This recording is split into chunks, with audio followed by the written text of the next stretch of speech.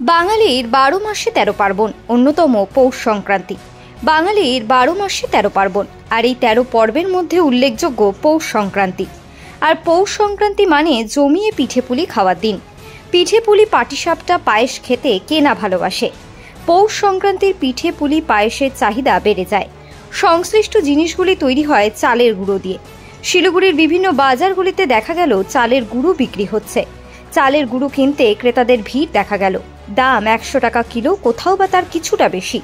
এই প্রসঙ্গে ব্যবসায়ীরা জানিয়েছেন যে মোটামুটি বিক্রি শুরু হয়েছে। আশা রাখছেন এই বছর প্রত্যেক বছরের মতো পৌষ সংক্রান্তির সময় চালের গুঁড়ো ভালোই বিক্রি হবে। এবছর চালের গুঁড়ো কেমন বিক্রি হচ্ছে? ভালো হয়েছে। কত টাকা করে কিলো? 100 টাকা করে কিলো। কত টাকা? 1 কিলো, হাফ কিলো। এখনো পর্যন্ত কত কিলো বিক্রি করছে? 15 কিলো হচ্ছে মনে হয়। এরকম জেলায় বেচা বিক্রি হয়। আমার নাম গীতা অধিকারী। ভালো হচ্ছে। কত টাকা করে কিলো আছে? 100 টাকা। 100, 150। আচ্ছা আচ্ছা। তো এই চালের গুঁড়া কতদিন থাকে? এটা শুকায় রাখলে মোটামুটি সারা বছর খাইতে পারবেন। সারা বছর? আর না শুকালে একদিনেই খেতে পারবেন। শুকিয়ে তারপরে করতে হবে? মানে এটা কি ভিজা তো চালের গুঁড়াটা, আচ্ছা। শুকাইতে হবে। আচ্ছা, কত কিলো বিক্রি হয়েছে এখনো পর্যন্ত? হ্যাঁ, এখনো পর্যন্ত কত কিলো বিক্রি করেছে? এখন তো কত 50 কেজি মতো বেশি। আর কি আশা রাখছেন এবার কেমন বিক্রি হবে? হ্যাঁ, কি আশা রাখছেন কেমন বিক্রি হবে? এবার বাজার খুব খারাপ। মানে আগে যা বেচা কিনা করছি অনেক কম। আপনার নামটা? আমার নাম হচ্ছে জয়শঙ্কর বর্মন।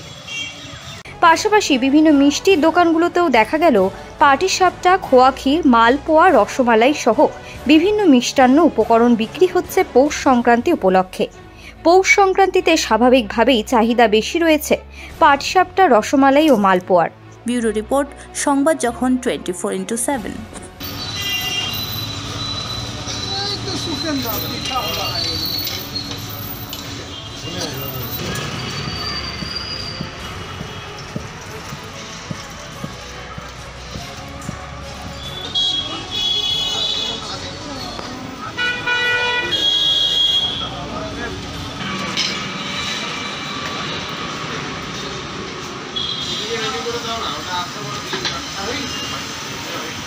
দাদা, সকাল থেকে কতগুলো বানালেন?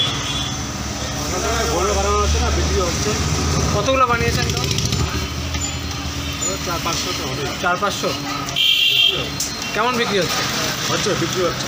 বিক্রি হচ্ছে। এই বানানোটা কতক্ষণ চলবে? কতক্ষণ বানাবেন? আর এটা চলবে রাত্রে 10টা পর্যন্ত, 11টা।